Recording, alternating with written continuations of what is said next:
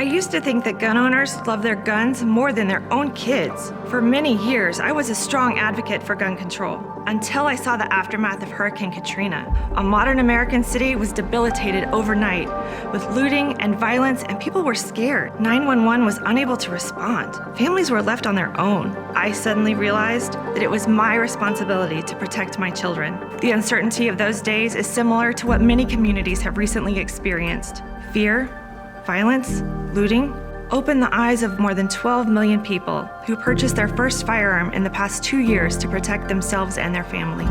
As a single mom, I am responsible not only for protecting my daughter, but also for preparing her to be a self-reliant, independent woman. I want her to be able to safely navigate the world with empowerment. I choose to teach my daughter firearm safety and raise her with the mentality that her life is worth defending. This is my ultimate goal as a mother. I can't stop criminals from existing, but I can make sure my daughter grows up as prepared as possible for anything she may face. Education is essential to preventing tragedies and abuse of knives, fire, and chemicals available at home. We teach our children how to properly use these tools and the danger they pose. Why aren't we doing the same thing with firearms? For some politicians, it seems easier to push for gun control than focus on firearms education.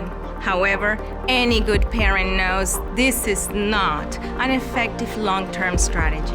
The DC Project believes we need to utilize educational, anti-bullying, and mental health programs to reduce accidents and curb violence. My son is worth protecting. Vale la pena proteger a mi hijo. My daughter is worth the effort. I'm empowering her with the confidence to become her own first responder.